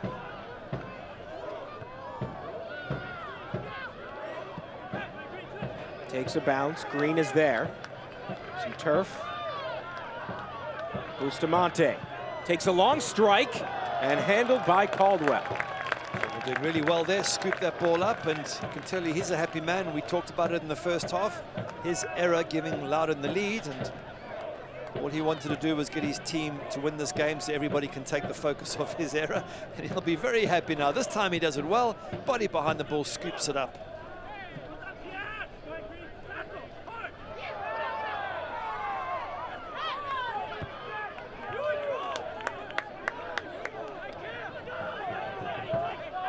Rush it along here. Jacob Green trying to move as quickly as possible. Referee's holding up play. Now he says they can begin. So last few minutes here for Loudoun to try and do something really special. And they deserve it. They were so good first 30 minutes. They created a bunch of chances. Maybe in retrospect should have taken more of them. But we said it was going to be a different story second half, and it certainly has been. Memphis by far the better side. More desire. Physically stronger. Loudoun called for a foul. He's playing on a yellow. Just a warning here. Frustrating for Ryan Martin after such a good first half. The red card to Nelson Martinez, a crucial moment in this game. There's no question it was a red card or a second yellow.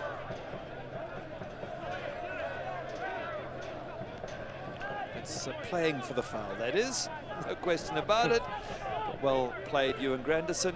Waited for the touch, felt it, went down. Referee has to give it, and they can slow the game down, which is really annoying Ryan Martin. So Memphis with 8 goals in their last 3 matches, trying to make a late playoff push here.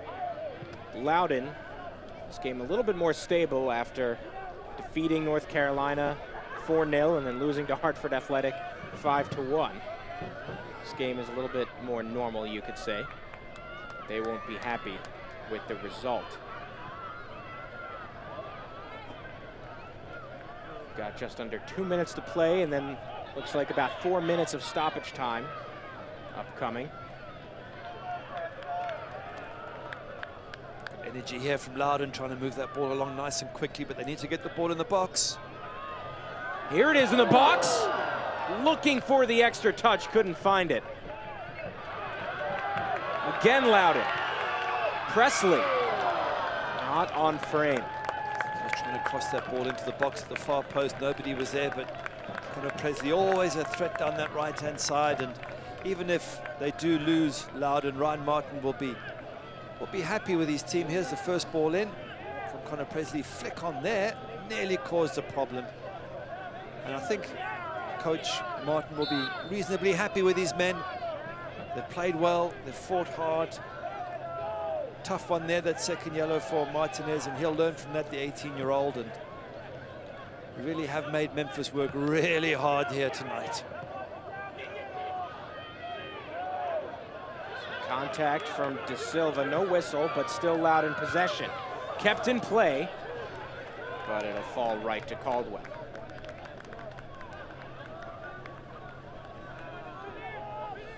Keeper doesn't rush to pick it up, does he? He's under no obligation to until the opponents close him down.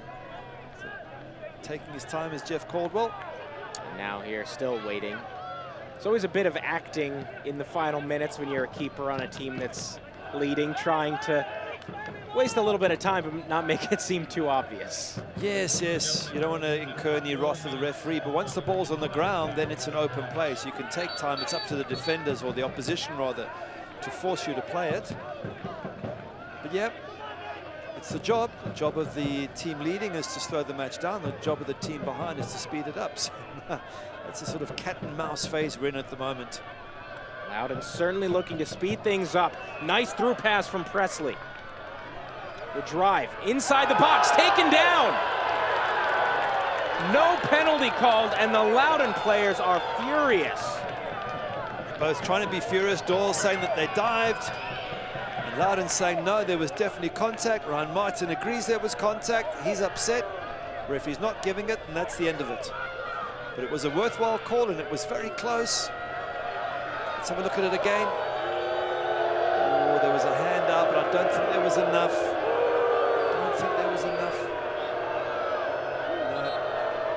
I wouldn't give it, but it was certainly worth the call on Gordon Wild there. You have to be sure if you're going to give penalties, and that one there just wasn't enough contact for me. But positive from Loudoun, getting in the box, putting Memphis under pressure. Surely not able to get a win at this point, but at least a draw here at home is what they're aiming for.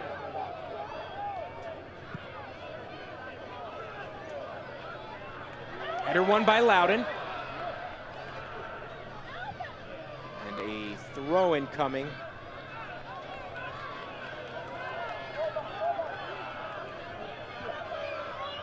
Well, kept in play.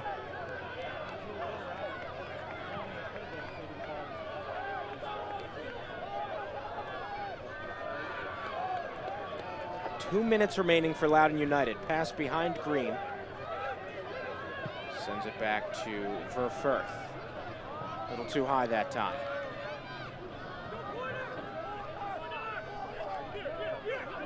Just holding it up here, De Silva doing whatever he can just to slow the game down. Likewise, Brandon Allen.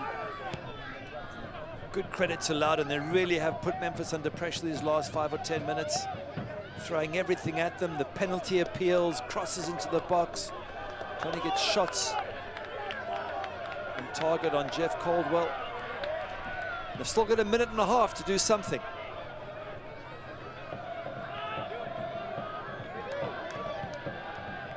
Loudoun hoping it's not too little too late, both in this match and in the regular season. In the final third, Alvarez, little flick up, nice defense from Ewan Grandison. Stopping that ball in transit. Green. Sends this in. Too much power, though, and an easy catch for Jeff Caldwell.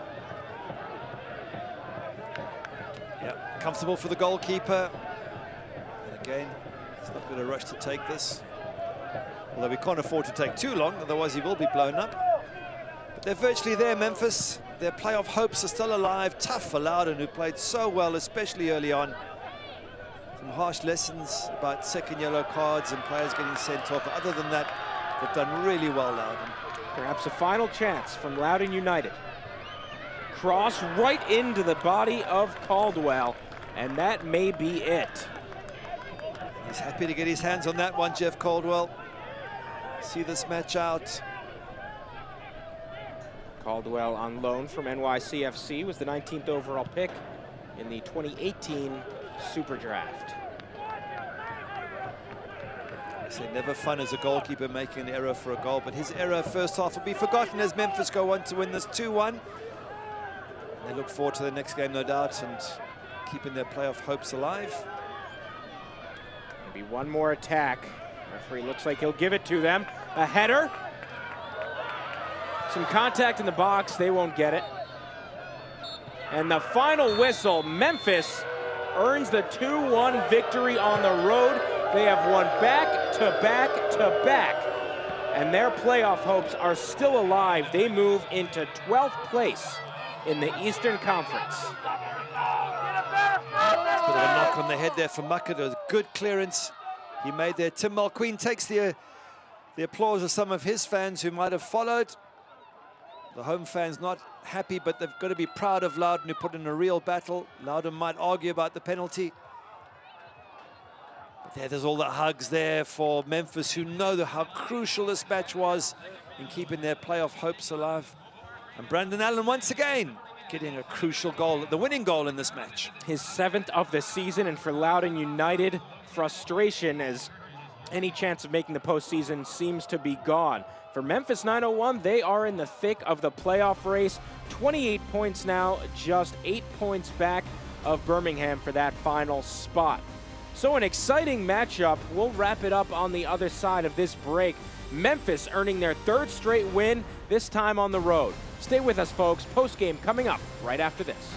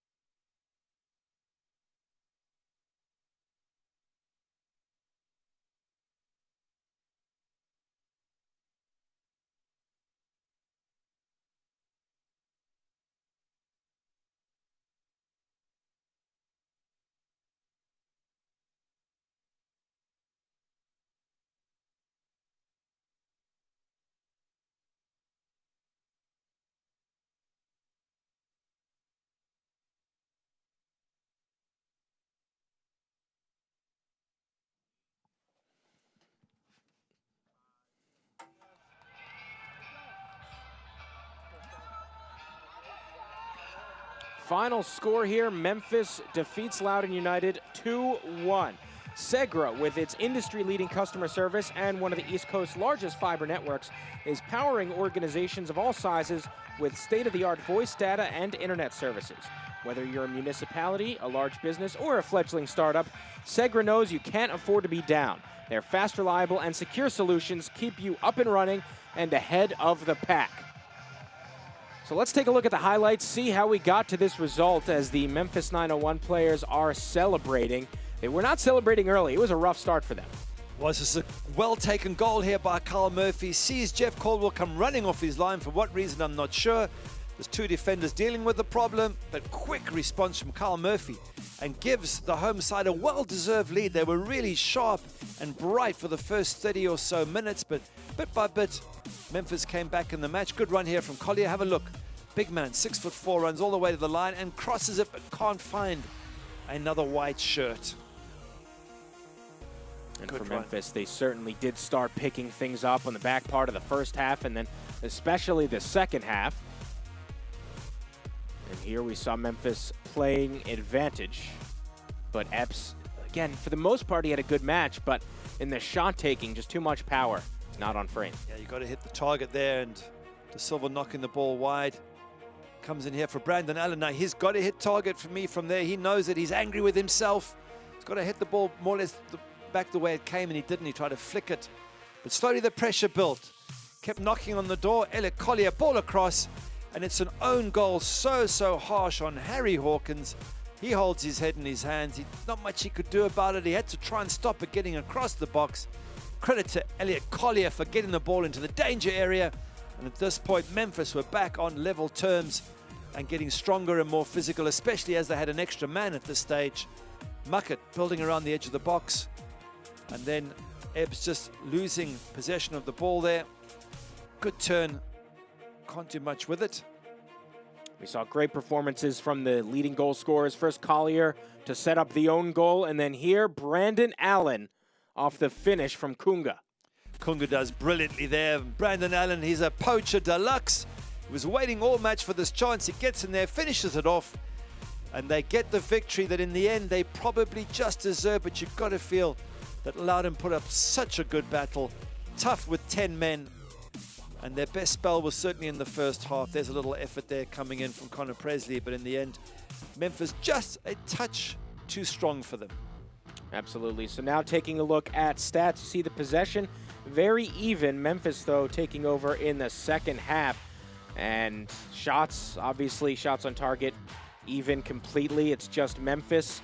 They got the own goal that Loudoun allowed, and then the late winner from Brandon Allen. Yeah, just a little bit physically stronger in the second half and took their chances when they came their way. And of course, the red card was always going to leave Loudoun with that man short. So well done, Memphis. Their hopes are still alive. Unlucky Loudoun. Good performance. Tough one for the younger players to take.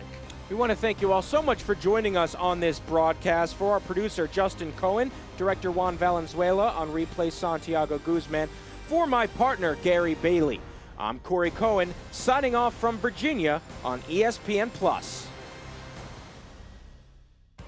This copyrighted telecast of the United Soccer League Championship cannot be retransmitted, rebroadcast, or reproduced without the expressed written consent of the United Soccer League Championship.